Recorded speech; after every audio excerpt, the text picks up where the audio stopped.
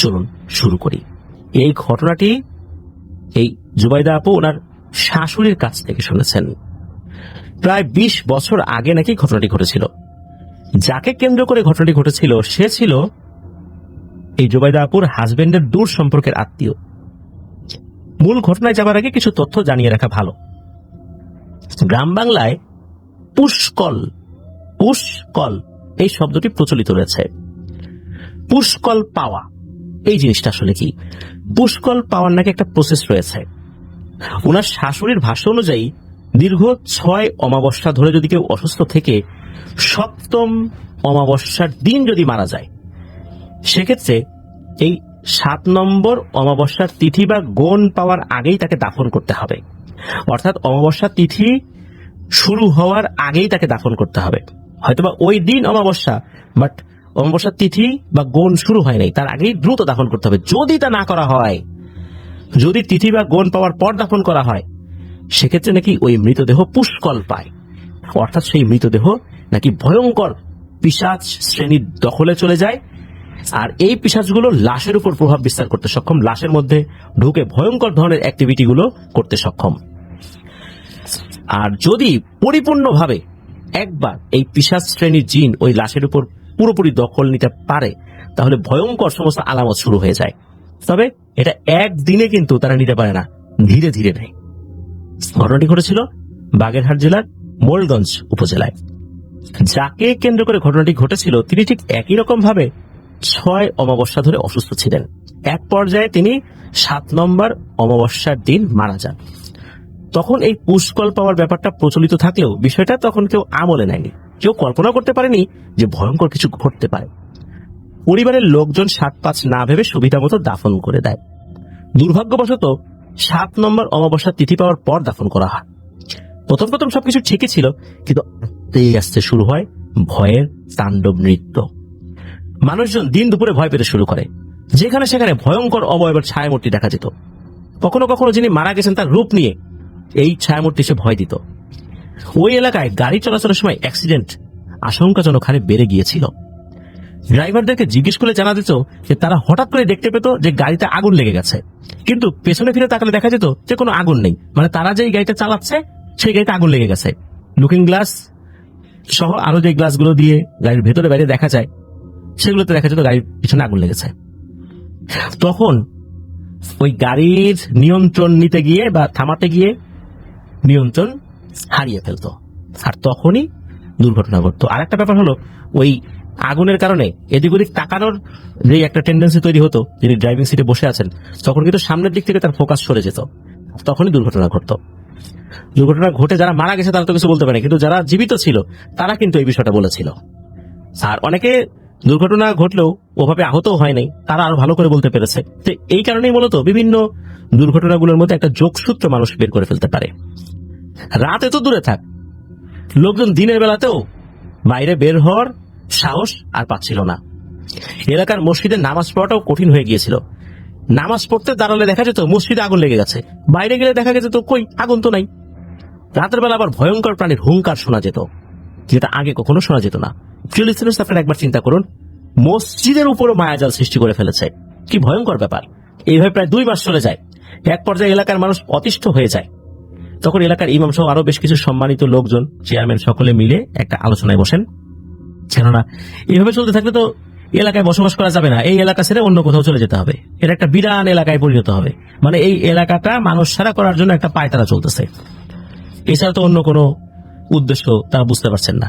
কারণ এই এলাকা থেকে লোকজন সরে গেলে এখানে একটা জিন ভূতদের অভয়ারণ্য হবে, এটাই হয়তো বা চাচ্ছে। তো আলোচনার প্রেক্ষিতে এবং হুজুরের প্রচেষ্টায় জানা যায় যে উনি যে মারা গিয়েছিলেন তার রূপ ধরে ভয়ঙ্কর কোনো পিশাচ সবাইকে ভয় দেখাচ্ছে, আর তাকে 7 নম্বর অমাবস্যার তিথি পাওয়ার পর দাফন করা হয়েছিল। এই কারণে তার দেহ পুষ্কল পাওয়া শুরু করেছে। পুরোপুরি পুষ্কল পাওয়া হয়ে গেলে বড় ধরনের ধ্বংসলীলা শুরু হয়ে যাবে এলাকার ভিতরে। সম্পূর্ণরূপে পুষ্কল পাওয়ার আগেই ব্যাপারটা থামাতে হবে। ওই দিন রাত্রেই মসজিদের ইমাম সহ আরো সাহসী কয়েকজন ব্যক্তিকে নিয়ে এলাকাবাসী ওই ব্যক্তির কবরে হাজির হন। ইমামের কথা অনুযায়ী প্রায় 1 হাত লম্বা 5টি লোহা, অনেকে এটাকে গজাল লোহা বা গজা লোহা নামে চেনে, এগুলো নিয়ে আসা হয়। সেই লোহাগুলোতে হুজুর বিভিন্ন সূরা কালাম পড়ে ফু দিতে থাকেন। ততক্ষণে বাকি যারা ছিলেন তারা ওনার কবরটি খুঁড়তে থাকেন। কবরটি খোঁড়ার পর এলাকাবাসী যা দেখেন তা দেখার জন্য কেউই প্রস্তুত ছিলেন না।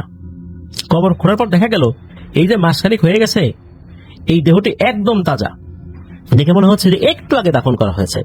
কিন্তু ভয়ঙ্কর বিষয়টা হলো তার দেহে কাফনের কাপড় নাই,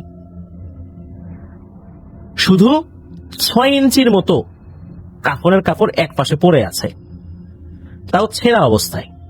সুন্দর করে কাটা, বিষয়টা এরকম না, মনে হচ্ছে কেউ ছিঁড়ে ফেলেছে। এটার দৈর্ঘ্য 6 ইঞ্চির মতো হবে। হুজুরের কথা অনুযায়ী যারা কবর খুঁড়েছেন তারা ওই 5টি লোহা নিয়ে কবরের মধ্যে নেমে পড়েন। এদিকে হুজুর সূরা কালাম পড়তে থাকেন।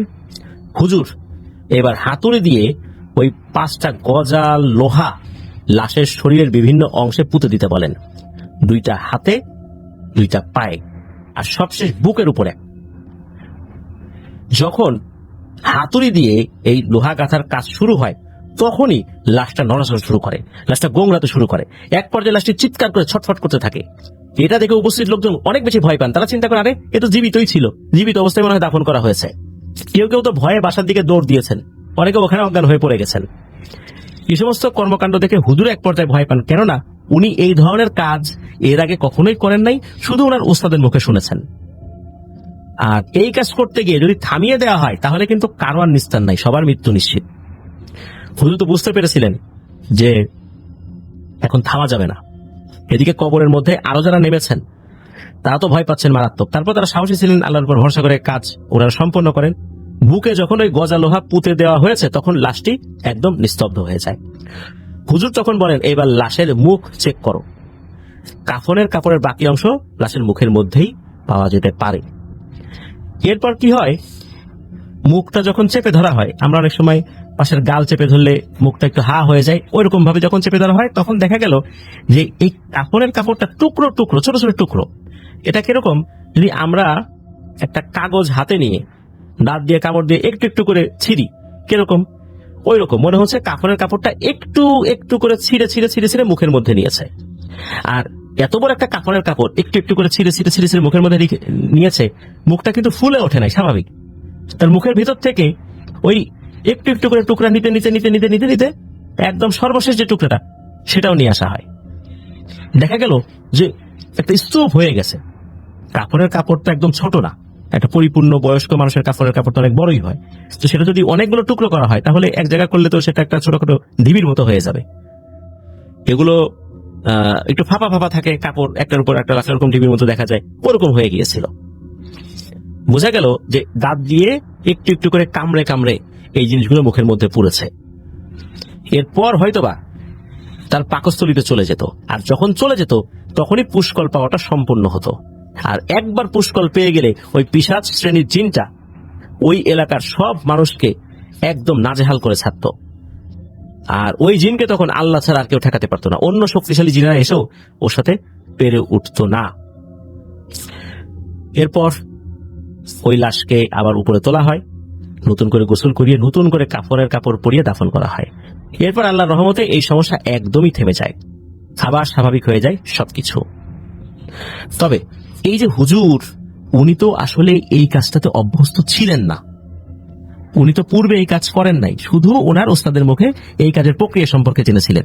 উনি ওই সময় এমন ভয় পেয়েছিলেন, অন্য মানুষজন মারা যায় নাই, কিন্তু হুজুর এই ভয়ের কারণেই প্রচন্ড রকমের অসুস্থ হয়ে যান। 3 দিন টানা জ্বর থাকার পর হুজুর মারা যান। হুজুর মারা যাওয়ার পর এলাকায় শোকের ছায়া নেমে আসে, যার কারণে আল্লাহর রহমতে এত বড় একটা বিপদের হাত থেকে ওনার রক্ষা পেলেন, তিনি মারা গেলেন। আর হুজুর ওই মসজিদের ইমাম ছিলেন। হুজুর মারা যাওয়ার পর ওই মসজিদে ভয়ে নাকি কেউ নামাজ পড়তে যেতে চাইতো না। আস্তে আস্তে ওই মসজিদটা একদম বিরান হয়ে যায়। দীর্ঘ 20 বছরের বেশি সময় হয়ে গেছে, এখনো নাকি ওই মসজিদটা খালি পড়ে আছে, এমনটাই জানিয়েছেন জুবাইদা আপু। ফিল্ড সেলার্স শুনলেন তো ঘটনা। আমরা কিন্তু এই ধরনের ঘটনাগুলো ইতিপূর্বে বলেছি, এই ধরনের ঘটনা নিয়ে আমরা অ্যানালাইসিস করেছি। কিছু কিছু ঘটনা একই রকম, কিছু কিছু ঘটনা একটা থেকে আরেকটা ভিন্ন হয়। তবে এবারের ঘটনাটিতে আমরা এই যে গজা লোহা পোতা আর কাফনের কাপড়, এটা কিন্তু আমরা অন্যান্য ঘটনাগুলোতে দেখেছি যে কবরের এক পাশে বসে আছে, হাঁটু ঘেরে বসে আছে, তারপরে অনেকটা খেয়ে ফেলেছে, এক হাত বাইরে আছে, তারপর টেনে সেটাকে বের করা হয়েছে কাফনের কাপড়। কিন্তু এবারে ঘটনা কিন্তু আমরা অন্যরকম পেলাম। ছিঁড়ে ছিঁড়ে ছিঁড়ে ছিঁড়ে মুখের মধ্যে রেখেছে, পাকস্থলীতে যায় নাই, মানে কণ্ঠলাই দিয়ে নিচে নামে নাই। নিচে নামতো পরে, পুরোটা যদি ছিঁড়ে ছিঁড়ে শেষ করে ফেলতো মুখের মধ্যে নিত, এরপরে আস্তে আস্তে পাকস্থলী বা কণ্ঠনালী বা খাবারের নালী দিয়ে, খাদ্য নালী দিয়ে আস্তে আস্তে সেটা পাকস্থলীতে যেত। এরপরে পুষ্কল পাওয়াটা সম্পন্ন হতো, তখন হতো আসল তাণ্ডব। এখন যার ঘটনাটি আপনাদের সাথে শেয়ার করতে যাচ্ছি, ওনার আরো বেশ কিছু ঘটনা ইতিপূর্বে আমরা প্রচার করেছি। উনি একজন রেমিটেন্স যোদ্ধা ভাই। ওনার নাম মোহাম্মদ সাদিকুর রহমান। ওনার বাড়ি হবিগঞ্জ জেলার নবীগঞ্জ উপজেলায়। উনি বর্তমানে রয়েছেন সংযুক্ত আরব আমিরাতের দুবাই শহরের দুবাই ইনভেস্টমেন্ট পার্ক 2-এ। উনি কিন্তু আমাদের চ্যানেলে ঘটনা পাঠানোর জন্য অনেক চেষ্টা করে যাচ্ছেন, অনেকের সাথেই কথা বলেন ঘটনা সংগ্রহ করার জন্য। দুবাই শহরে তো আমাদের পার্শ্ববর্তী দেশ সহ আরো বেশ কিছু দেশের অনেক মানুষ সেখানে রয়েছেন। বিভিন্ন দেশ থেকে সেখানে মানুষজন আসেন, বহু জাতির এক মিলন মেলা বলতে হবে সেখানে। যারা ওখানে আসেন অনেকেই তো লেবার ভিসায় আসেন, তাদের অনেক ধরনের অভিজ্ঞতা রয়েছে, অনেক ঘটনা জানা রয়েছে। তো এমন ব্যক্তিদেরকেই উনি জিজ্ঞেস করেন যে ভৌতিক কোনো ঘটনা আছে কিনা। সবার কাছে না থাকলেও কারো কারো কাছে কিন্তু পাওয়া যায়। তবে যাদের সাথে কথা বলেছেন উনি, অধিকাংশই কিন্তু জাদুর দ্বারা আক্রান্ত ছিলেন, ছোট হোক বড় হোক। অনেকেই জাদু দ্বারা আক্রান্ত পূর্বে হয়েছেন, এখনো হচ্ছেন, এরকম মানুষ উনি পেয়েছেন। আর যে ঘটনাটি উনি কালেক্ট করেছেন যার কাছ থেকে, তার নাম হচ্ছে রোহিত যাদব। এই রোহিত যাদব নামক এক ভাইয়ের কাছ থেকে উনি ঘটনাটি সংগ্রহ করেছেন। আর এই ঘটনাটি এই রোহিত যাদব ভাই তিনি তার নানি, মা, মাসি তাদের কাছ থেকে শুনেছেন। এই ঘটনাটি ঘটেছে তার মা, মাসি এবং নানির সাথে। তার অনুমতি নিয়েই আপনাদের হরওয়ার্ল্ডে উনি ঘটনাটি শেয়ার করেছেন। তো উনি বলেছিলেন যে তার জানা আরেকটা ঘটনা আছে, সময় করে উনি বলবেন। কিন্তু বর্তমানে উনি এখন নিজ দেশে আছেন ছুটিতে, পরে আবার আসবেন আর কি। তো আমরা অপেক্ষায় থাকবো তার সেই ঘটনার জন্য। তো চলুন ঘটনা শুরু করি। ঘটনা শুরুর সময়কাল 1975 কি 76 সাল। ভারতের উত্তরপ্রদেশের আজমপুরের একটা পরিবার, নারায়ণ যাদব, তার ছিল 2 ছেলে, একজন সতীশ যাদব আর একজন অনিল যাদব। সতীশের মেয়ে একজন, ছেলেও একজন, আর অনিলের 4 মেয়ে। 75 কি 76 সালের দিকে যখন এই 2 ভাইয়ের বড় মেয়েরা বিয়ের উপযুক্ত হয়, তখন তাদের বিয়ের জন্য অনেক প্রস্তাব আসে। একদিন এক আত্মীয় অনিলের বড় মেয়ের জন্য একটি বিয়ের প্রস্তাব নিয়ে আসে তাদের পাশের গ্রামের এক স্বর্ণ ব্যবসায়ীর জন্য। তার বয়স তখন মোটামুটি 28 কি 30-এর মধ্যে। কথাবার্তার এক পর্যায়ে ছেলে দেখতে আসার জন্য দিন ধার্য করা হয়। সেই অনুযায়ী ছেলে তার ভাই, বোন এবং মা বাবা নিয়ে মেয়ে দেখতে আসে। তারা মেয়ে দেখে যায়। সেখানে মেয়ের পরিবারের সবাই ছিল, মেয়ের চাচাতো ভাই বোন সবাই। ছেলের বাবা বলেন, আমরা বাড়ি গিয়ে আপনাদেরকে জানাবো। 2 দিন পর সেই আত্মীয় মারফত খবর পাঠান যে তাদের নাকি মেয়ে পছন্দ হয় নাই। এর কিছুদিন পরে সেই আত্মীয় আবার আসেন আর বলেন ওই ছেলে যে সন্দীপ যাদব সতীশ যাদবের মেয়ে চন্দনা যাদবকে পছন্দ করেছে এবং বিয়ে করতে চায়। তখন সতীশ এবং তার মেয়ে মানা করে দেয়। মানে দেখতে আসছে একজনকে, আর এক মেয়েকে পছন্দ করছে। কিন্তু আত্মীয়র জোরাজুরিতে সতীশের ভাই অনিল বলেন যে আমি খবর নিয়েছিলাম, ছেলেটা ভালো আছে এবং তাদের নিজস্ব ব্যবসা আছে, আর আমার মেয়েকে পছন্দ হয় নাই তো কি হয়েছে, তোমার মেয়েকে পছন্দ করছে, তাকে বিয়ে দিয়ে দাও। তাছাড়া আমার মেয়ের বিয়ে ইতিমধ্যে এক জায়গায় ঠিক করেছি। তখন সতীশ বলেন ঠিক আছে, কিন্তু তখন অনিলের দ্বিতীয় মেয়ে কণিকা বলেন এটা কোনোভাবেই সম্ভব নয়। এই ছেলে একজনকে দেখতে এসে অন্যজনকে কিভাবে পছন্দ করতে পারে, এটা তো লোক সুবিধার না। তখন সবাই কণিকাকে বকাঝকা করেন এবং এক পর্যায়ে 2 পক্ষের মত নিয়ে বিয়ে ঠিক হয়ে যায়।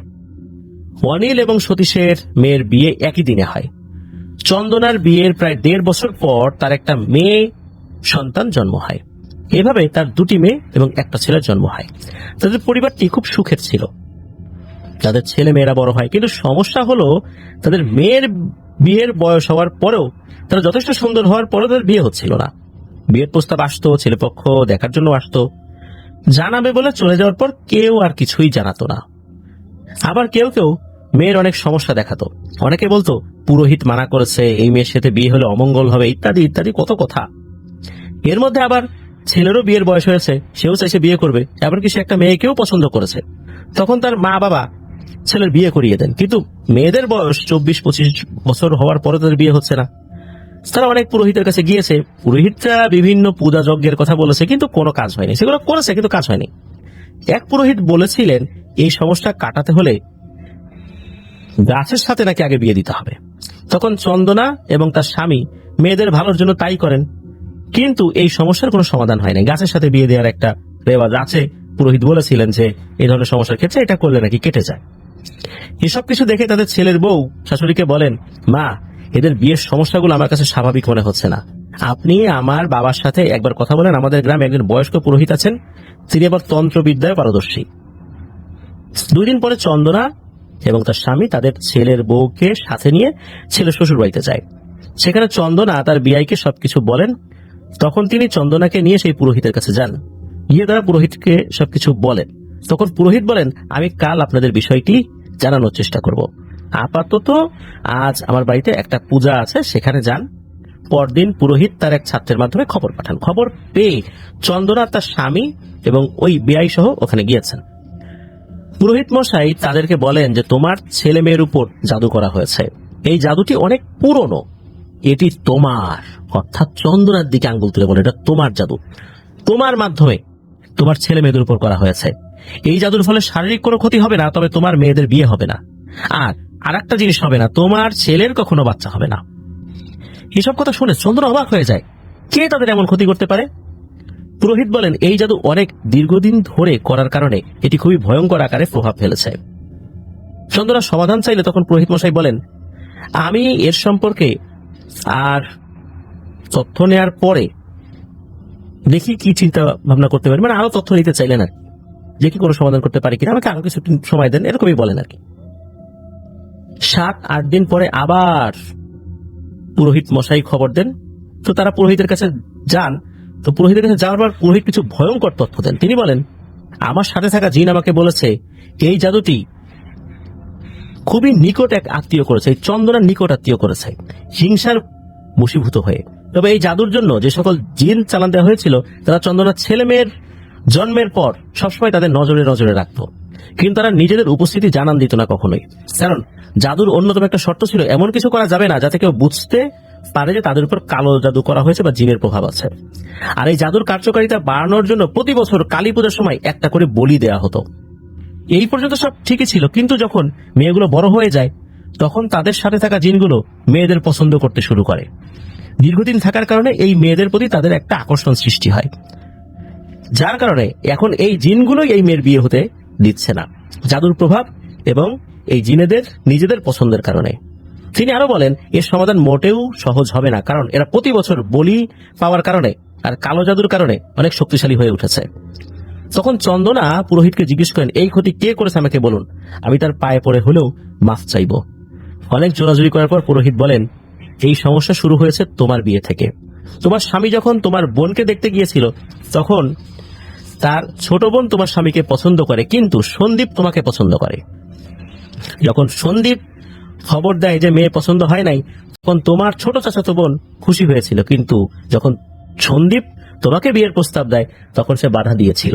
কিন্তু কাজ না হওয়াতে সে এক অঘরী তান্ত্রিকের সাহায্য নিয়ে জাদু করে। এতে তোমার বা তোমার স্বামীর কোনো ক্ষতি হবে না, কিন্তু তোমার বাচ্চা কাচ্চার সমস্যা হবে। তখন তিনি বলেন যে আমি তোমাদের বাড়িতে যাব, সামনের কালী পূজার আগে আমি যাব আর এর চিকিৎসা করার চেষ্টা করব। এর ভিতরে তিনি কিছু নিয়ম কানুন বলে দেন এবং বলেন যে সব কিছু যেন তার মেয়েরা না জানে, মেয়েরা জানলে আমার সমস্যা হতে পারে, এগুলো গোপন রেখে চন্দনার মেয়েরা যেন না জানে, এভাবে কাজ করতে হবে আর কি। এবং অন্য কেউ জানা যাবে না, মানে শুধু চন্দনার মেয়েরা না, অন্য কেউ যেন না জানে, এই বিষয়টা খেয়াল রাখতে হবে। আর এর ভিতরে কেউ কিছু দিলে খাওয়া যাবে না এই সময়টার মধ্যে। আর ওই পুরোহিত চন্দনাকে বলে দেন যে আপনারা সাবধানে থাকবেন, বিশেষ করে চন্দনাকে বলেন যে আপনি সাবধানে থাকবেন, আপনার মাধ্যমেই আপনার মেয়েদের জাদু করা হচ্ছে, আর প্রতিনিয়তই জিনেরা তাদের সাথেই থাকে। এদিকে হয় কি, চন্দনার ছেলের বউ এসব কিছুই চন্দনার মেয়েদের সাথে শেয়ার করে ফেলে। যে তাদের মা বাবা পুরোহিতের কাছে গিয়েছে, পুরোহিত বলেছে এই সমস্যাগুলো হইতেছে জাদুর কারণে। এই সব কিছু শুনে হঠাৎ দুজনেরই আচরণের পরিবর্তন হয়ে থাকে, দুজন পাগলামি করতে থাকে, অকথ্য ভাষায় গালিগালাজ শুরু করে। তখন চন্দনা তার বউকে জিজ্ঞেস করে তিনি বলেন যে ওরা আমাকে জোরাজুরি করলে আমি ওদেরকে সবকিছু বলে দিছি, এরপর থেকেই এমন। তখন তাদের এই পাগলামি দেখে চন্দনা, তার ছেলে এবং কিছু পাড়া প্রতিবেশীদের সাহায্যে তাদের ঘরে বন্দী করে রাখা হয়। এইসব ঘটনা দিনের বেলায় ঘটে। তারা ঘরে বাধা থাকা অবস্থাতেই মিশ্র কণ্ঠেই বলতেছিল, আমাকে ঘরে আটকে রেখে কি লাভ, কোনো লাভ নেই, আমি এদের নিয়ে যাবই, আর তোরা তো এখন সবকিছুই জানিস, আর তোদের পুরোহিত বা অন্য কেউ যে কাউকেই নিয়ে আসিস না কেন, আমরা কোনো ভয়টাই পাই না। চন্দনা দ্রুত পুরোহিতের কাছে খবর পাঠান। পুরোহিত মশাই আস্তে আস্তে সন্ধ্যা হয়ে যায়, কিন্তু এর ভিতরে ঘটে যায় আর একটা ঘটনা। যখন সন্ধ্যা হয়েছে এরপর হঠাৎ করেই মনে হলো ঘরের উপর ধপাস করে কেউ এসে বসেছে। কিছুক্ষণ পর মেয়েদের হাসি কান্না মিশ্রিত শব্দ শোনা যায়, আবার কারো ফিসফিস শব্দ শোনা যায়। কিছুক্ষণ পরে সব নিস্তব্ধ। তারা সবাই দরজা খুলে ভিতরে গিয়ে দেখে এক মেয়ে শূন্যের উপর ভাসছে, আর এক মেয়ে ঘরে নাই। চন্দনা চিৎকার করে মেয়ে ধরতে গেলে সে নিচে পড়ে যায়, ঘরের মেঝেতে পড়ে মেয়েটার হাত ভেঙে যায়। কিছুক্ষণ পরে পুরোহিত আসেন। তাদের বাড়ির আঙিনায় ঢোকার সময় তিনি উচ্চস্বরে মন্ত্র পাঠ করছিলেন। তখন মানুষ ঘর থেকে বের হলে দেখে পুরোহিত মশাই যেন কারোর সাথে ধাক্কাধাক্কি করে বাড়িতে প্রবেশ করছেন, আর চারপাশে বাতাস হচ্ছে প্রতিনিয়ত। পুরোহিত মশাই বাড়িতে ঢোকার সাথে সাথে কোন এক অদৃশ্য শক্তি চন্দনার যে মেয়ের ঘরে চন্দনার যেই মেয়েটা ঘরে ছিল না তাকে অচেতন অবস্থায় পুরোহিতের সামনে রাখে। মানে পুরোহিত ঢুকেছে, যে মেয়েটা ঘরে নাই তাকে এই পুরোহিতের সামনে রেখেছে। তখন পুরোহিত মশাই বলেন যে একে জিনেরা নিয়ে গিয়েছিল, আর অন্য মেয়েকেও নিয়ে যেত, কিন্তু আপনার দরজা খুলে ভিতরে যাওয়ার কারণে নিয়ে যেতে পারেনি। আর যে মেয়েকে নিয়ে গিয়েছিল তাকে এই বাড়ির সীমানার বাইরে নিয়ে গেলে আর ফেরত পাওয়া যেত না। আমি যখন আপনাদের বাড়িতে আসি তখন আমার জিনেরা দেখে এই মেয়েকে নিয়ে যাচ্ছে। তখন তারা বাধা দিলে তারা আমার জিনেদের সাথে একরকম যুদ্ধে লিপ্ত হয়। তখন আমি মন্ত্র পড়তে শুরু করলে তারা আমাকে বাধা দেওয়ার চেষ্টা করে, কিন্তু সৃষ্টিকর্তার ইচ্ছায় আমার জিনেরা আমার সাথে থাকার কারণে আমি এদের বন্দী করতে সক্ষম হয়েছে। তবে আপনার মেয়েদের উপর থেকে এখনো কালো জাদুর প্রভাব কাটেনি। কালো জাদু করার জন্য নানান সময় আপনার বাড়ির নানান জায়গায় বিভিন্ন ধরনের জাদুর উপকরণ মাটিতে পুঁতে রাখা হয়েছে, আর আপনাদের নিজেদের মধ্যেই এই কাজগুলো করেছে। এমনকি কিছু কিছু জিনিস আপনি নিজেও নিজের অবচেতন মনেই করেছেন, আর কিছু জিনেরা করেছে, আর কিছু জিনিস আপনার মনে করেছে। এর কিছুক্ষণ পরে পুরোহিত মশাই কিছু জায়গা দেখিয়ে বলেন যে এই জায়গা খুঁড়ে দেখেন তো, এখানে কিছু পুটলি পাওয়া যাবে, এইগুলো বের করে আনতে হবে। সত্যি সেখানে খোঁড়া হয়। যখন খোঁড়া হলো এরপর সেখানে থাকা জিনিসগুলো পুরোহিতের কাছে নিয়ে আসতে হবে। তবে পুরোহিত বলে দেন যে খোঁড়ার সময় কিন্তু বাধা আসতে পারে, ভয় পাওয়া যাবে না, এগুলো পিশাচের কাজ, ওরা এগুলো করবেই। আর পুরোহিত এটাও বলে দেন যে তার মন্ত্রজাল ভেদ করে ওই পিশাচগুলো এই খোঁড়ার সময় কোনো আক্রমণ করতে পারবে না। চন্দনার স্বামী এবং আরো দুজন মিলে মাটি খুঁড়ে সত্যি পুটলি পায়, সেগুলো নিয়ে আসে। যখন খুঁড়ছিল তখন কিন্তু অনেক আত্মীয়ের কান্নার শব্দ, নাম ধরে ডাকা ইত্যাদি শুনতে পেয়েছিল, ঝড় হচ্ছিল। তারা যখন পুটলিগুলো নিয়ে আসলেন তখন পুরোহিত মশাই এগুলো এক জায়গায় করে একটা যজ্ঞ করলেন, এবং এগুলো পুড়িয়ে ফেলার জন্য যখনই এগুলো আগুনে ফেলেছেন সাথে সাথে আগুন নিভে যায়। আর এক অদ্ভুত শব্দ শোনা গেল, খুব চিকন শব্দ, কিন্তু এত চিকন শব্দ মনে হচ্ছে মাথার ভিতরে একদম তীর বিদ্ধ হচ্ছে, এমন অসহ্য শব্দ। মানে অনেক সময় হয় না এমন চি চি শব্দ যেগুলো আসলে সহ্য করাই যায় না। আশেপাশের অনেকেই ভয়ে পালিয়ে যেতে চাইল। তখন পুরোহিত মশাই বললেন কেউ যদি বাড়ির বাইরে যায় তাহলে সে সাথে সাথে মারা যাবে। তখন পুরোহিত মশাই আবার মন্ত্র পড়ে আগুন জ্বালালেন, কিন্তু আবার একই অবস্থা, আগুন নিভে যায়। এই অবস্থায় তিনি হাতে কিছু ঘি নিয়ে চারপাশে ছড়িয়ে দিলেন, সাথে সাথে আবারও কান্নার শব্দ শোনা গেল। আবার তিনি মন্ত্র পড়তে শুরু করলেন। চারপাশের পরিবেশ খুব ভারী হয়ে গিয়েছিল, মনে হচ্ছিল অনেক মানুষ মিলে খুব ভয়ঙ্কর ভাবে মারামারি করছে। তখন পুরোহিত মশাই এই পুটলিগুলো আগুনে ফাইনালি পুড়িয়ে ফেলতে সক্ষম হলেন। সাথে সাথে আত্মচিৎকার ভেসে আসে। যখন এগুলো পুড়ে যাচ্ছিল আস্তে আস্তে মনে হচ্ছিল ওই আত্মচিৎকার গুলো থেমে আসছিল, একটা পরে সবকিছু শান্ত হয়ে যায়। পুরোহিত মশাই বলেন সব সমাধান হয়ে গেছে, জিনগুলোকে হত্যা করা হয়েছে, আর যে এই জাদুটি করেছে তার কিছু সমস্যা হবে। এই উপকরণগুলো পোড়ানোর কারণে তার শরীরে ফোস্কা পড়ে যাবে, ধীরে ধীরে এগুলো ভালো হয়ে যাবে, কিন্তু দাগ সারা জীবন থেকে যাবে। পরদিন খবর নিয়ে দেখা যায় চন্দনা চাচাতো বোনের অবস্থা খুবই খারাপ। সবাই দেখতে গেলে তিনি সব খুলে বলেন আর মাফ চান। তিনি এই ঘটনার পরে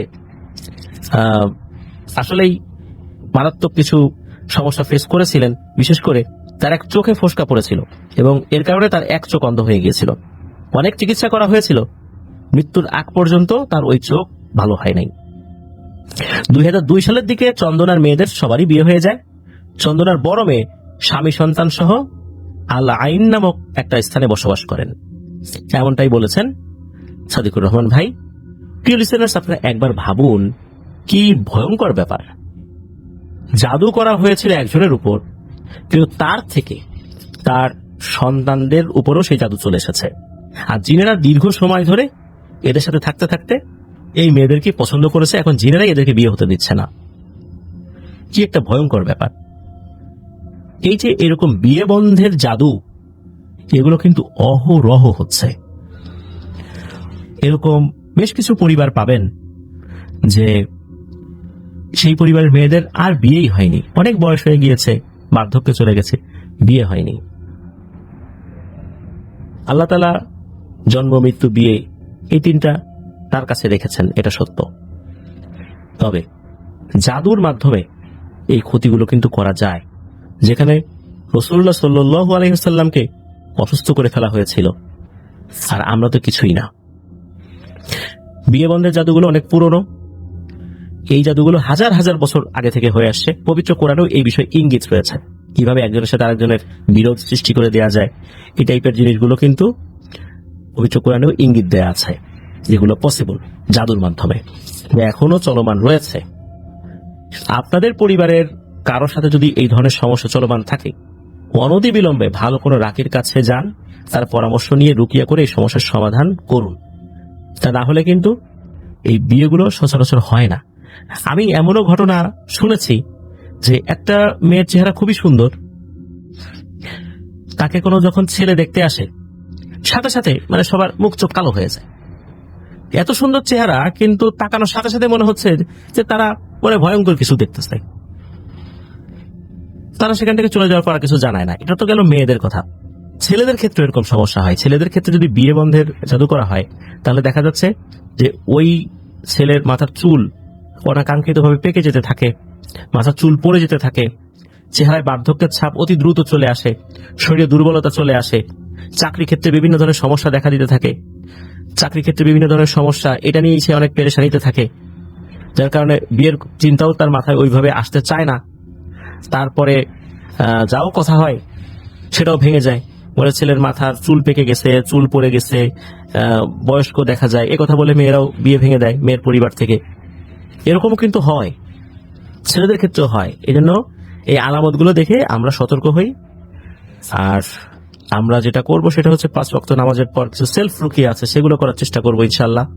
কেন এই কথা বলছি, এই ঘটনাটি পরিপূর্ণভাবে শোনার পর আপনারা বুঝতে পারবেন। যিনি ঘটনা পাঠিয়েছেন তার নাম এবং পূর্ণ ঠিকানা প্রকাশের অনুমতি পাওয়া যায় নাই, তবে এতটুকু শুধু বলছি, তার বাড়ি নীলফামারী জেলার সদর উপজেলার কোন একটি স্থানে। আর এই ঘটনাটির সূত্রপাত অনেক আগে, সেটা মহান মুক্তিযুদ্ধেরও আগে থেকে শুরু হয়েছে। এক্সাক্ট সাল বা তারিখ এটা বলা পসিবল না। এই ঘটনাটি মূলত শুরু হয় দাদুর কাছ থেকে, অর্থাৎ যিনি আমাদেরকে ঘটনা পাঠিয়েছেন তার নিজের দাদুর কাছ থেকে। দাদু একজন কোরআনে হাফেজ ছিলেন। ছোটবেলাতেই মা বাবাকে হারিয়ে উনি ওনার ছোট ভাইকে নিয়ে চলে যান ভারতে। ভারতে যাবার পর উনি ওনার ছোট ভাইকে হারিয়ে ফেলেছেন বললে ভুল হবে। বড় ভাইয়ের কড়া শাসন থেকে বাঁচার জন্য ছোট ভাই তার কাছ থেকে পালিয়ে যান। পরবর্তীতে খবর পাওয়া গিয়েছিল যে পালিয়ে গিয়ে ভারতের আসামে কোনো একজন কালো জাদুর গুরু ধরে তার কাছ থেকে কালো জাদুর দীক্ষা নিয়েছিলেন তিনি। আর এদিকে কি হয়, এই দাদু উনি ভারতের দারুল উলুম দেওবন্দ মাদ্রাসায় লেখাপড়া করে উনি ভালো মানের একজন আলেম হয়েছিলেন। আর ওনার যিনি ওস্তাদ, তার অনেক বয়স হয়ে গিয়েছিল। সেই ওস্তাদেরও অসংখ্য জিন ছাত্র ছিল, সেই জিনগুলো ছিল খুবই পরহেজগার এবং পরোপকারী। সেই ওস্তাদ যখন মৃত্যু সজ্জায়, তখন জিনেরাও তার কাছে আসে যে পরবর্তীতে তারা কার আনুগত্য করবে। যেহেতু দীর্ঘ একটা সময় তার খেদমতে ছিল, তাদেরই ওস্তাদ ছিল, তখন ওই ওস্তাদ জিনেদেরকে বলেন যে আমার একজন যোগ্য ছাত্র রয়েছে, তোমরা এর কাছে আনুগত্য করো, সে যা বলে খেদমত করার চেষ্টা করো, মানুষের উপকার করার চেষ্টা করো, কখনো কারো ক্ষতি করার চিন্তা মাথায় আনবা না। তারা সেটা মেনে নেন। এরপর থেকে এই দাদুর কাছে তারা আসা যাওয়া করতেন। দাদু উনি তো দারুল উলুম দেওবন্দ মাদ্রাসা থেকে লেখাপড়া শেষ করে আবার দেশে ফেরত আসেন। দেশে ফিরে আসার পর অনেক কিছুই পরিবর্তন হয়ে গেছে, কেননা ওনার মা বাবা তো অনেক আগেই মারা গিয়েছিলেন, আত্মীয় স্বজন কে কোথায় আছে জানেন না। দেশে আসার পর একটা মসজিদে ইমামতির দায়িত্ব নেন, আর বিয়ে শাদী করেন। তার শ্বশুরের যেই জমি জমা ছিল সেগুলো চাষাবাদ করছিলেন। তো এভাবে কাটছিল দিনকাল। ভালো রুকিয়া জানতেন। ওনার জিনেরা মাঝে মাঝে এসে কিছু কিছু জায়গার কথা বলতেন যে আপনি অমুক জায়গায় যান, ওখানে একজন ব্যক্তি অসুস্থ অবস্থায় আছে, তার চিকিৎসা করে আসবেন।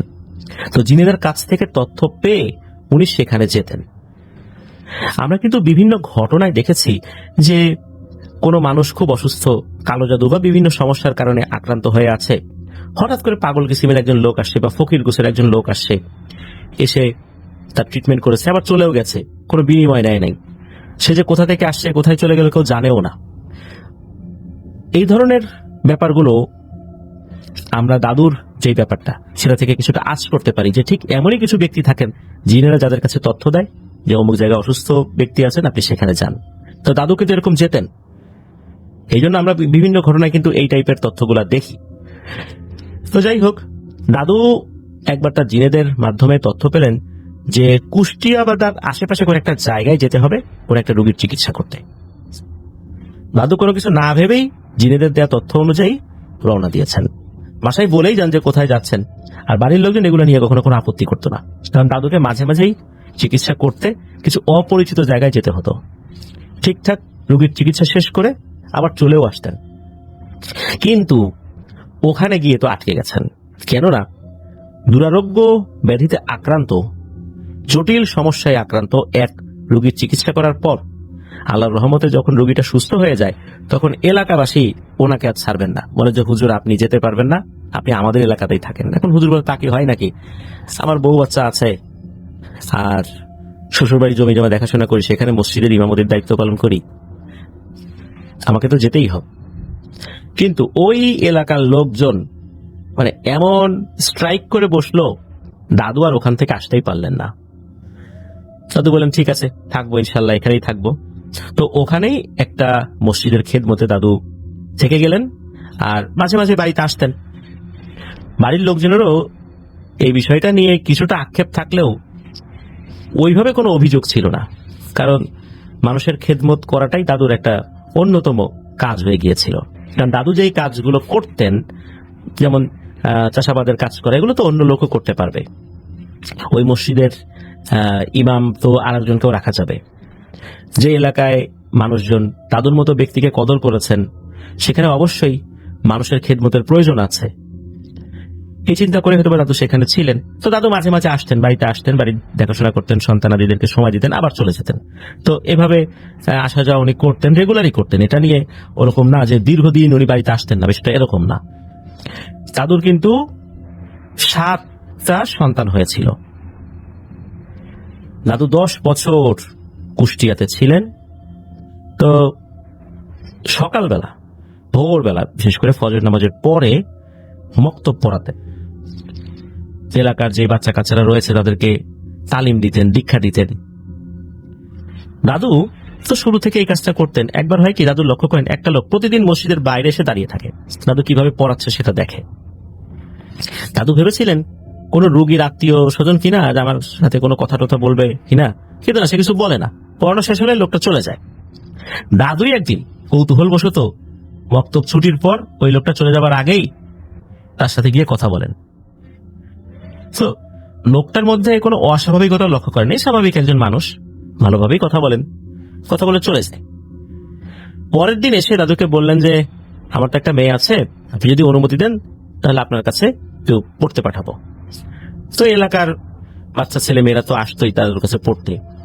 তো দাদু হাসি মুখে জবাব দেন যে ঠিক আছে, অবশ্যই পাঠাবেন। মেয়েটার বয়স কিন্তু খুবই কম ছিল, এমনটাই বলেছেন। আর দাদু কোন রোগীর চিকিৎসা করলে এর বিনিময়ে ওই রোগীর বাসায় 1 গ্লাস পানিও খেতেন না। আর টাকা পয়সা নেওয়া তো অনেক দূরের কথা। পরের দিন দাদু দেখেন যে একটা ছোট্ট বাচ্চা মেয়েকে নিয়ে আসছে ওই লোকটা। মেয়েটা দেখতে 8-10টা স্বাভাবিক বাচ্চার মতোই, বয়স 5-6 এরকম হবে আর কি। আর মেয়েটা যেদিন পড়তে আসে তার আগের দিন নাকি দাদুকে তার কাছে থাকা অনেকগুলো জিনেদের মধ্যে বেশ কয়েকজন জিন এসে বলে যায় যে হুজুর, আপনার ভাগ্য আলহামদুলিল্লাহ অনেক ভালো, আপনি আপনার ভাইয়ের খোঁজ পাবেন, তবে সেটা আপনার জন্য খারাপ সংবাদ হিসেবেই আসবে। তারা শুধু এতটুকুই বলেছিল, আর কিছু বলে না। আর ওরা মাঝে মাঝে এরকম ছোট ছোট ভাঙা ভাঙা কিছু ইনফরমেশন দিত। ওরা নিজেরা নিজে থেকে না বললে দাদু এইগুলো জিজ্ঞেস করতেন না সহজে, খুব দরকার ছাড়া আর কি। দাদুর ছোট ভাই বহু আগে হারিয়ে গেছে, সে কি করছে না করছে এই বিষয়ে জিনেরা কিছুটা তথ্য দিয়েছিল যে হ্যাঁ সে পালিয়ে গিয়ে এটা করতেছে। যখন উনি জানলেন যে সে এই কাজ করে, এরপর থেকে ওই ভাইয়ের খোঁজ খবর উনি রাখার প্রয়োজন মনে করেননি। কারণ হচ্ছে তার ভাই যে কাজ করছে এটা নিঃসন্দেহে অত্যন্ত নিকৃষ্ট মানের কাজ ছিল। তো দাদু ওইটা নিয়ে আর ভাবেন নাই, নিজের কাজ নিজে করছেন। প্রথম দিন কিছু মনে না হলে দ্বিতীয় দিন লক্ষ্য করেন যে নতুন মেয়েটি এসেছে, সে সব ধরনের পড়াই পারে। প্রথমে চিন্তা করছে আলিফ বাতাসা পারে না, আলিফ বাতাসা যখন ধরেছেন সে সব পারে। এরপর বিভিন্ন কায়দা আমপারা থেকে যখন ধরেছে সবই সে পারে। এরপর যখন কোরআন শরীফ দিয়েছে দেখা যায় তার অনেক কিছুই মুখস্থ। এরকম হতে হতে দেখা গেল সে 15 পারার হাফেজা। সে যে এত কিছু পারে এটা তো ওই ব্যক্তি বলে নাই তার মেয়েটা কিছু পারে, তাহলে তার দরকার ছিল না এখানে নিয়ে আসার আর কি। তবে দাদু খুশি হন এই মেয়েটার মেধা দেখে। অসাধারণ মেধা আল্লাহ তাআলা তাকে দিয়েছেন। আর তার মেধা দেখে দাদু বলেন যে আজ থেকে তুই আমার ছোট মা, এরকম বলেন আর কি। ওই মেয়েটা তার নাম নাকি কখনোই দাদুকে বলেন নাই। দাদু অনেকবার জিজ্ঞেস করলো, সে বিভিন্নভাবে এড়িয়েছে। তো দাদু ভাবতেন যে ছোট বাচ্চা মানুষ তো অনেক সময় লজ্জা পায় নাম বলতে, থাক না, না চাইলে না বলুক, তার বাবার কাছ থেকে শুনে নেব। সমস্যা হলো কি, ওই মেয়েকে পরিচয় করিয়ে দেওয়ার পরের দিন থেকে ওই লোকটাকে আর কোথাও দেখা যায়নি। তিনি 10 বছর মানে অনেকদিন তো আছেন এখানে, 10 বছরের বেশি সময় ধরে এলাকায় আছেন। এলাকার প্রায় সবাইকে উনি চেনেন, এলাকার সবাই ওনাকেও চেনেন, কিন্তু ওই লোককে কখনো দাদু দেখেন নাই। দাদু এলাকার লোকদের জিজ্ঞেস করলে তারা জানায় যে তারা তো এমন কাউকে চেনেন না, কখনো দেখেন নাই। আর বক্তব্য ছুটি হলে মেয়েটি কোথায় যেন চলে যেত কেউ বলতে পারতো না। তো যেদিন মেয়েটি 30 পারার হাফেজাতে পরিণত হয় সেদিন তার বাবা এসে জানায় যে তার মেয়ের নাম আলেয়া। দাদু কিন্তু বুঝতে পেরেছিলেন যে এরা সাধারণ কেউ না, জিন জাতি কিন্তু অন্য জিনদেরকে চিনতে পারে। আর দাদুর কাছে থাকা জিনেরাও এই বিষয়ে কিছু বলে নাই। তখনই দাদু বুঝতে পেরেছিলেন এখানে কোনো একটা ব্যাপার রয়েছে।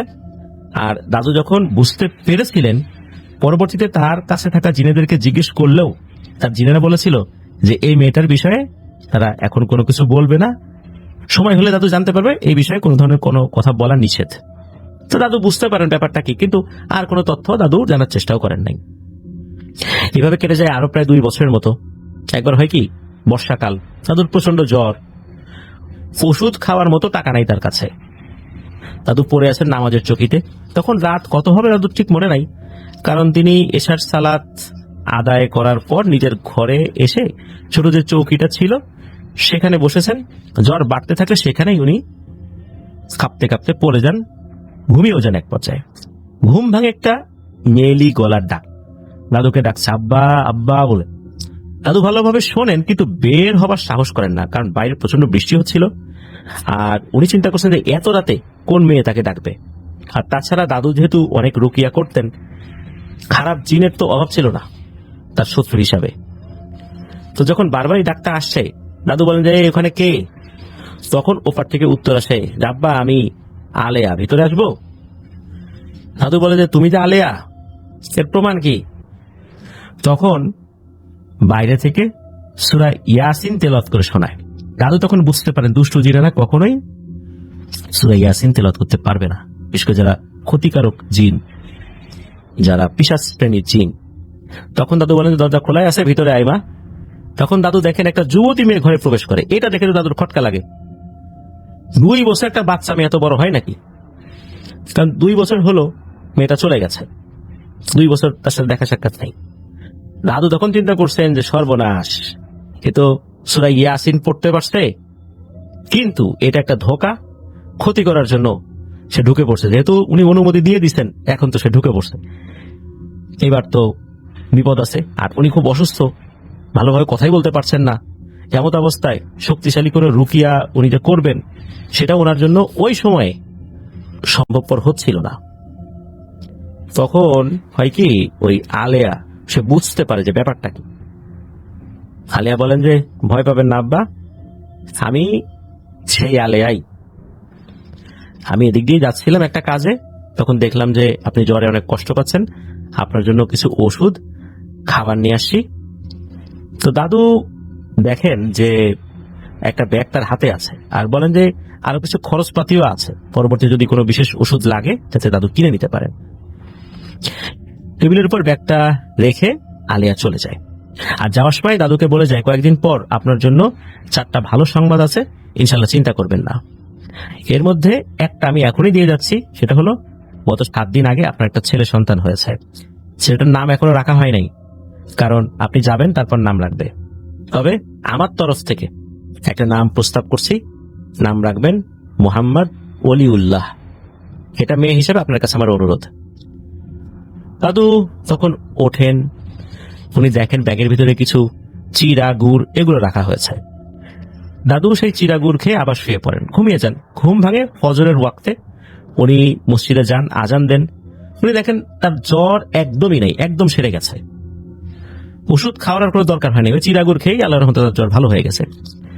তিনি ভাবেন যে রাত্রে মনে হয় ঘুমের ঘরে উল্টাপাল্টা স্বপ্ন দেখেছেন, কিন্তু সকালবেলা ফজরের পর মক্তব পড়ানো শেষ করে যখন ঘরে আসেন, যে দেখতে পান ওই ব্যাগের ভিতর তখনও কিছু চিড়াগুড় আছে, আর ব্যাগের নিচে আর একটা পার্ট রয়েছে, সেখানে হাত দিতেই দেখেন যে কিছু টাকা। উনি গুনে দেখেন যে মোট 2000 টাকা।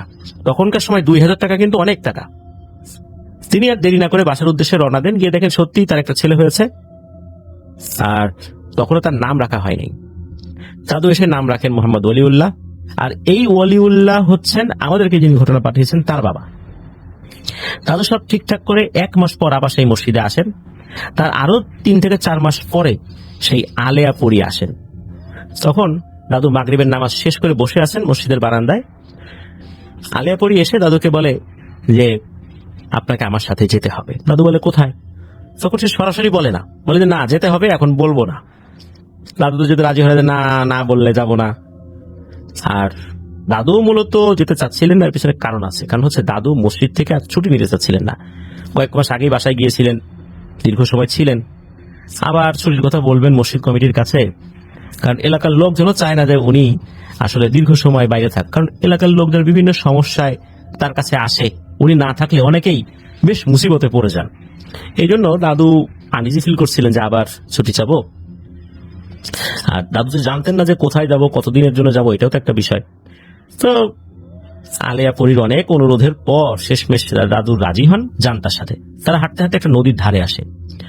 এরপর ওই আলেয়া পরী বলে যে, আব্বা আপনার হাতটা আমাকে দেন। তো দাদু হাত বাঁধেন। এরপর ওই আলেয়া পরী দাদুর হাতটা ধরেন। এরপর একটা ঠান্ডা বাতাস এসে দাদুর গায়ে লাগে। আর এর আগে কিন্তু আলেয়া পরী বলেছিলেন যে আপনি চোখ বন্ধ করেন। দাদু চোখ বন্ধ করেন, ঠান্ডা বাতাস লাগলো জাস্ট কয়েক সেকেন্ড। এরপরেই আলেয়া পরী বললেন যে, আব্বা চোখ খোলেন। দাদু চোখ খুলতে দেখেন তার সামনে বিশাল একটা প্রাসাদ, করে নদী টদী কিচ্ছু নাই, অন্য এক জগৎ।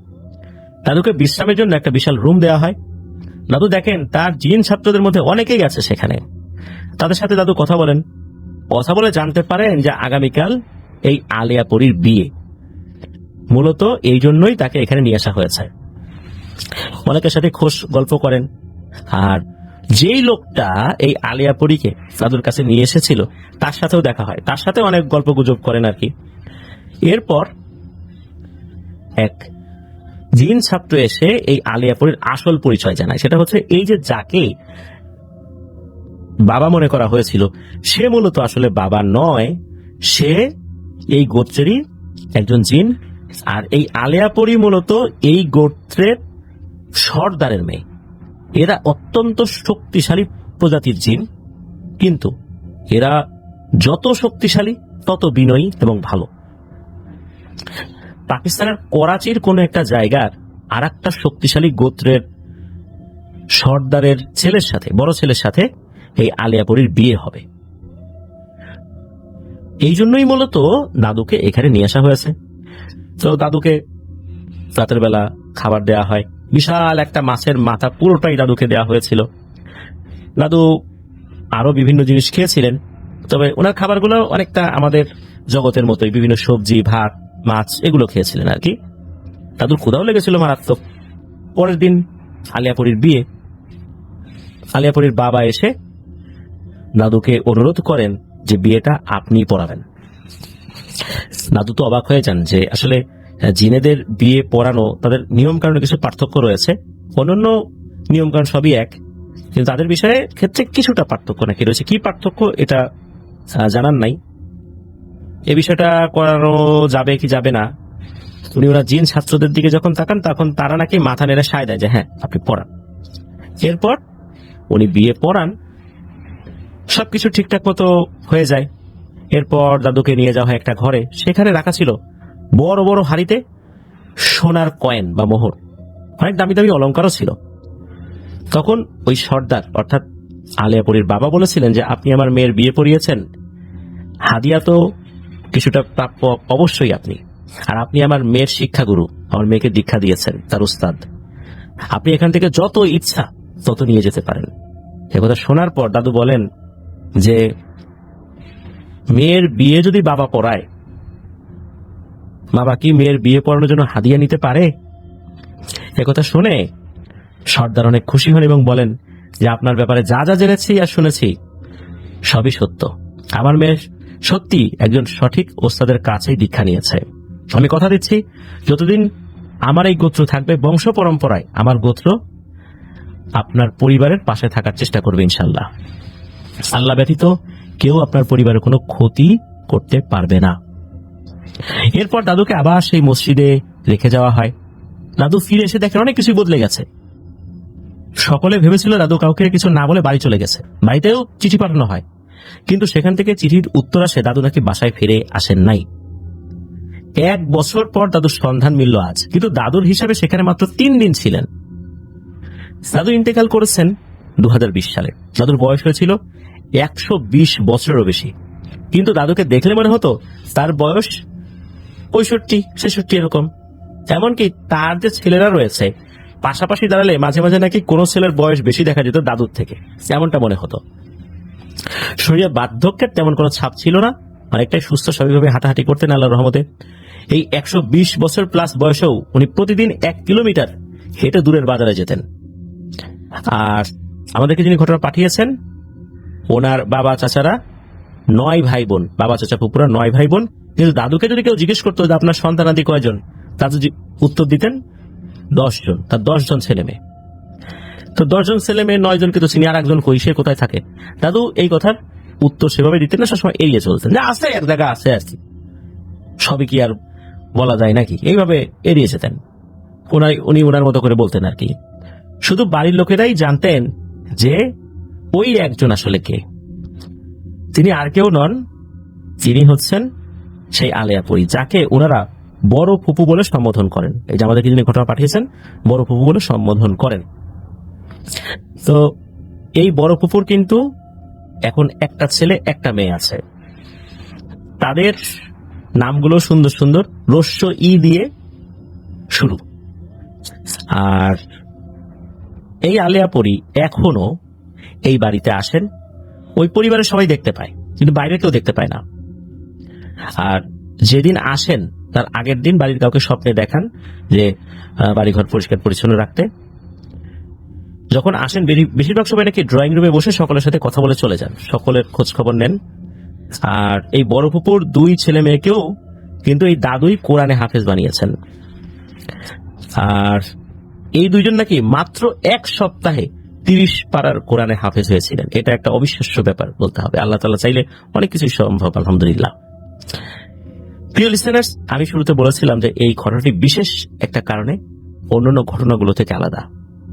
কারণ হচ্ছে আমাদেরকে যিনি ঘটনা পাঠিয়েছেন উনি এই পরীর কাছ থেকে অনুমতি নিয়েছেন, কিন্তু তার অরিজিনাল নাম প্রকাশ করতে নিষেধ করেছেন, যার কারণে আমরা আলেয়া পরী বলেছি। মূলত তার নামটা আলেয়া নয়, তার নামটাও কিন্তু আমাদেরকে যিনি ঘটনা পাঠিয়েছেন তিনি তার নামটা উল্লেখ করছেন, তার ছদ্মনাম ব্যবহার করেন নাই।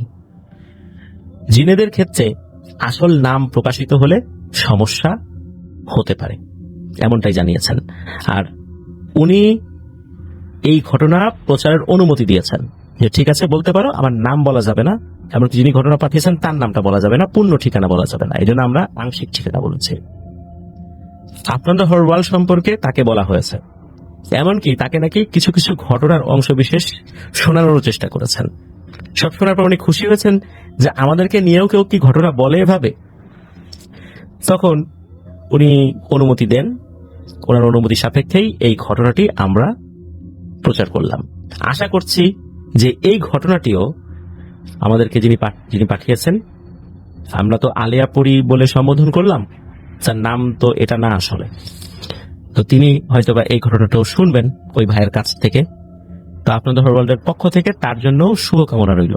আমরা আলিয়াপুরি বলেই তাকে যেহেতু সম্বোধন করেছি, বিভিন্ন বিষয় বিবেচনায় নিয়ে আশা করছি যে তার ঘটনা তার অনুমতি সাপেক্ষে আমরা প্রচার করলাম। আশা করছি যে এই ঘটনা শুনে উনিও খুশি হবেন। প্রিয় লিসেনার্স, এখানে একটা ব্যাপার ছিল, সেটা হচ্ছে যে এই আলিয়াপুরি যখন দাদুর কাছে এসেছিলেন জ্বর অবস্থায়, তখন 4টা সুসংবাদের কথা ছিল। একটা তো তার ছেলে হওয়া, তারপরে দ্বিতীয়টা ছিল হচ্ছে এই আলিয়াপুরীর বিয়ে। আর যে 2টা থাকে এর মধ্যে একটা সুসংবাদ হলেও এটা নাকি দাদুর জন্য ছিল অত্যন্ত কষ্টের এবং মর্মান্তিক একটা সংবাদ। তবে সেটা কিভাবে সুসংবাদ হলো এই বিষয়টা আসলে আর জানা যায় নাই, বলতে আমাদেরকে যিনি ঘটনা পাঠিয়েছেন উনি এটা নিয়ে আর কোনো তথ্য আমাদেরকে দেন নাই। এটা ছিল ঘটনা। ধন্যবাদ জানাচ্ছি আমাদেরকে যিনি ঘটনা পাঠিয়েছেন। আমরা চেষ্টা করেছি আপনি যেভাবে বলেছেন, যেভাবে পরিচয় গোপন রাখতে, নাম গোপন রাখতে, সেটা আমরা করেছি এবং আমরাও আপনার কাছে কৃতজ্ঞ যে আপনি কোনো ধরনের ছদ্মনাম ব্যবহার না করে সবগুলো নাম অরিজিনাল নাম ব্যবহার করেছেন। আমরা জানলাম, আমি জানলাম, এটা আমাদের কয়েকজনের মধ্যেই থাক। এই ঘটনাটি আমাদেরকে যিনি পাঠিয়েছেন তার নাম নাশিতুর রহমান নাজমুল। ওনার বাড়ি জামালপুর জেলার সদর উপজেলার গোড়ারকান্দা গ্রামে। যে ঘটনাটি উনি পাঠিয়েছেন এই ঘটনাটি ওনার জ্যাঠাতো ভাই তোতন ভাইয়ের সাথে ঘটেছিল। ঘটনাটির সময়কাল 2006 কি 7 সালের দিকে। তোতন ভাইয়ের কর্মজীবন কৃষি কাজের সাথে জড়িত। তিনি জমি চাষের জন্য ট্রাক্টর মেশিন চালাতেন। 2007 সালের দিকে ট্রাক্টর মেশিন কিন্তু খুব বেশি ছিল না। তখন দেখা যেত একজন ট্রাক্টরওয়ালা 50 থেকে 60 একর জমি চাষ করতেন প্রতিদিন, যার জন্য প্রতিদিনই নন স্টপ চাষ করতে হতো। এত চাষের চাপ সামলানোর জন্য গভীর রাত পর্যন্ত চাষ করতে হতো। তো যেদিন ঘটনাটি ঘটেছিল সেদিন তোতন ভাই ওনাদের গ্রাম থেকে পাশের গ্রাম, তার নাম হচ্ছে শেহরাতলি, এই গ্রামে চাষ করতে গিয়েছিল। আর উনি যে ট্রাক্টর দিয়ে চাষ করতেন এই ট্রাক্টরটা ছিল আবার আর একজনের, যার ছিল তার নাম হচ্ছে মুকুল, সম্পর্কে চাচা হন এই নাজমুল ভাইদের। মুকুল চাচার ট্রাক্টর দিয়ে উনি চাষ করতেন। তো চাষ করতে করতে সন্ধ্যা হয়ে যায়। সেদিন তোতন ভাই শেহরাতলি ঈদগাহ মাঠের এরিয়া চাষ করছিলেন। এই ঈদগাহ মাঠ কিন্তু বর্তমানে হয়েছে, বর্তমান বলতে 2020 সালের দিকে হয়েছে, আগে কিন্তু ওখানে এরকম ছিল না। ওখানে ছিল একটা উঁচু জমির মতো, কান্দা জমি বলে আর কি ওনারা। তো প্যারানরমাল ঘটনাগুলো ওই এলাকায় বেশি ঘটেছে, ওই কান্দা জমির ওখানে বা ঈদগাহের ওখানে। কারণটা হচ্ছে এলাকাটা নীরব, একদম নির্জন এবং জনবিচ্ছিন্ন। এরকম নীরব, নির্জন এবং জনবিচ্ছিন্ন জায়গাগুলোতেই কিন্তু বেশি এই ঘটনাগুলো ঘটে থাকে। একদম চারদিকে চকচকে লাইট, এত বিল্ডিং, এর ভিতরে কিন্তু প্যারানরমাল ঘটনা ওইভাবে ঘটে না যেভাবে গ্রামের ক্ষেত্রে ঘটে। তো ওই জায়গাটার বর্ণনাটা আমরা আরেকটু দেই। ওই ঈদগাহ মাঠের পশ্চিম দিক থেকে দক্ষিণ দিকে একটা খাল বয়ে গেছে। এই খালটাই নাজমুল ভাইদের বাড়ি পর্যন্ত এসেছে। খালের এক পাশে ছিল কবরস্থান, বড় বড় কয়েকটি গাছও ছিল সেখানে। এই খালে ডুবে 2023 সালের বর্ষা মৌসুমে একটি ছেলে মারা গেছে। তার বয়স 12 কি 13 বছর ছিল। তো বিকালের দিকে ছেলেটা তার সমবয়সী ছেলেদের সাথে ফুটবল খেলছিল। তাদের বয়স 10 থেকে 14 বছরের মধ্যে ছিল। খেলতে খেলতে বল একসময় ওই খালের পানিতে পড়ে যায়। তখন সেই ছেলেটা বল আনতে খালের পানিতে ঝাঁপ দেয়। তার সাথে আরো 2-3 জন ঝাঁপ দিয়ে পানি থেকে উঠে এলেও সেই ছেলে আর ওঠে না। অনেকক্ষণ হয়ে যায়। এমত অবস্থায় তার সাথে থাকা ছেলেগুলো পানিতে নেমে তাকে খুঁজে না পেয়ে বড়দেরকে জানায়। বড়রাও এসে খোঁজাখুঁজি করে। কিছুক্ষণ খোঁজাখুঁজি করার পর যেখানে ডুবে গিয়েছিল সেখান থেকে নিচের দিকে মানে খালের ভাটিতে ছেলেটার লাশ খুঁজে পাওয়া যায়। সেখানে কিন্তু অত বেশি পানি ছিল না, ম্যাক্সিমাম 7 ফুট পানি ছিল। সেটা কিন্তু সাঁতারও জানতো। তাহলে কিভাবে দুর্ঘটনাটা ঘটলো? এবার আসি মূল ঘটনায়। ঘটনার দিন চাষ করতে করতে যখন রাত হয়ে যায়, তখন এই মুকুল চাচা তোতন ভাইকে বললেন যে আজকে তো জমি চাষের চাপ বেশি, তুই একটু কষ্ট করে চাষবাসটা কর, একটু সময় নিয়ে কর। তখন একটা টার্গেট দেয় তোতন ভাইকে যে কষ্ট তো করবে, কতটুকু করবে। তখন তোতন ভাইকে বলে যে তুই এতটুকু পরিমাণ শেষ কর, শেষ করে বাড়িতে চলে আসিস। তখন মেনে নেন তোতন ভাই, কারণ হচ্ছে এই মুকুল চাচা বিভিন্ন জমির মালিকদের কাছ থেকে জমিগুলো চাষবাস করার অর্থাৎ এই চাষ দেওয়ার জন্য উনি এগুলো নিতেন, টাকার বিনিময়ে চাষ করে দিবেন। এখন দেখা যেত যে ঠিকঠাক মতো কাজ না করা হলে তারা তো আবার ফসল বুনতে পারবে না, দেরি হয়ে যাবে। এরা তো প্রচন্ড রকমের চাপ দিত মুকুল চাচাকে। মুকুল চাচা এখন কি করবেন, উনি তো এই তোতন ভাইকে বলতেন যে বাবারে এতটুকু করতেই হবে। তোতন ভাইয়ের উপর খুব প্রেশার হতো, সেই জন্য তোতন ভাইকে বলছেন আজকে অন্তত এইটুক পর্যন্ত কর, যত রাতি হোক, এরপর চলে যাস। মানুষজন প্রচন্ড রকমের চাপাচাপি করতেছে আর কি। তো একদিন যদি কিছুটা গ্যাপ হয়ে যায়, পরের দিন কিন্তু সেই গ্যাপটা মেকআপ করে রানিং যে কাজটা সেটা ধরতে হয়। তো আগের গ্যাপ মেকআপ করে রানিং কাজ শেষ করতে করতে দেখা যেত যে রানিং কাজের গ্যাপ আরো বেশি হয়ে গেছে। পরের দিন আবার সেই আরো বেশি গ্যাপ মেকআপ করতে গিয়ে পরের দিনের রানিং কাজের আরো বেশি গ্যাপ হয়ে যেত। এইভাবে কিন্তু গ্যাপ অনেক বড় হয়ে যেত, তখন এই সমস্যাগুলো বেশি হয়ে যেত।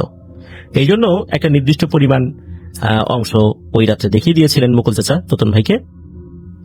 তো তোতন ভাই একা একা চাষ করছিলেন রাতের বেলা। রাত যে তখন কয়টা উনি আসলে বুঝতে পারেন নাই। চারপাশে নীরবতা অনুভব করে অনুমান করেছিলেন যে অনেক রাত, 2টা-3টা হবে এরকম আর কি। তো তোতন ভাই চিন্তা করলেন যে ভোর হলেই তো আবার এই চাষবাস শুরু করতে হবে, এখন বাসায় যাবো কখন, ঘুমাবো কখন, ঘুমালে তো দেরি হয়ে যাবে উঠতে। উনি সিদ্ধান্ত নিলেন যে রাতটা এখানেই পার করবেন। ওই সময় শীতের সময় ঘুমানোর জিনিসপত্র কিন্তু সাথেই নিয়ে আসতেন। ইচ্ছা করলে অবশ্য উনি বাড়িতে যেতে পারতেন, কিন্তু যান নাই। উনি ওইখানে ঘুমানোর প্রস্তুতি নিলেন। আইলের মতো একটা উঁচু ঢিবিতে তিনি বিছানা পেতে ঘুমানোর চেষ্টা করছেন। ঘুমানোর আগে আবার উনি একটা বিড়ি খেয়ে নিলেন। বিড়ি তিনি তেমন খান না, কিন্তু রাতে মেশিন চালানোর জন্য খেতেন যেন ঘুম না আসে। বিড়ি খাওয়া শেষ করে এই তোতন ভাই উনি ঘুমানোর চেষ্টা করলেন।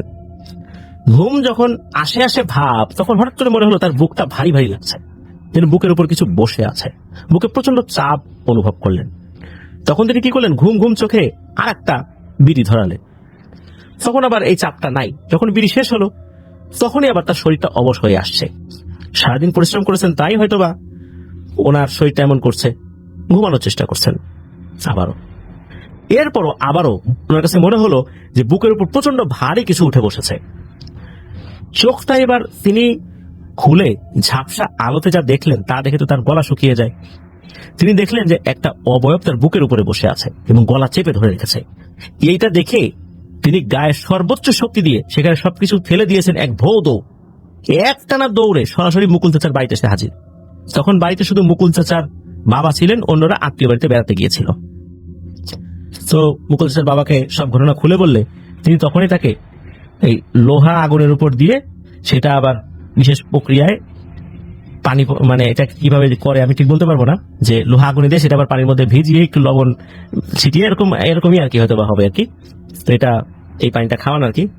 পরের দিন সকালবেলা এই তোতন ভাই ওই জায়গাতে গিয়ে জানতে পারেন উনি যেই উঁচু ঢিবিটা ঘুমানোর জন্য বেছে নিয়েছিলেন ওইটা আসলে একটা ছিল কবর। আর এই কবরটা একটা মেয়ের কবর ছিল। এই মেয়েটাকে নাকি কিছু দুর্বৃত্ত খুনি গলা কেটে হত্যা করেছিল, তাকে ওখানে কবর দেওয়া হয়েছে। এই জন্যই হয়তোবা এই কবরের উপর শোয়ার কারণে কোন একটা সমস্যা হয়েছে। ওখানে থাকা কোনো পাহারাদার জিন চায় নাই যে এই কবরের উপর সে সুখ বা এরকম কিছু একটা হতে পারে আর কি, এমনটাই ধারণা করা হয়। কবরটা এখনো সেখানেই আছে। আর তোতন ভাই তো জানতো না যে এখানে একটা কবর রয়েছে, হয়তো বুঝতেও পারেন নাই। তবে এই ঘটনার পর তোতন ভাইয়ের সাথে অন্য কোনো ধরনের কোনো সমস্যা হয় নাই। তার উপর আর নতুন করে কোনো জিনভূত আসরও করে নাই, তার শরীরও অসুস্থ হয় নাই। এটাই পর্যন্তই।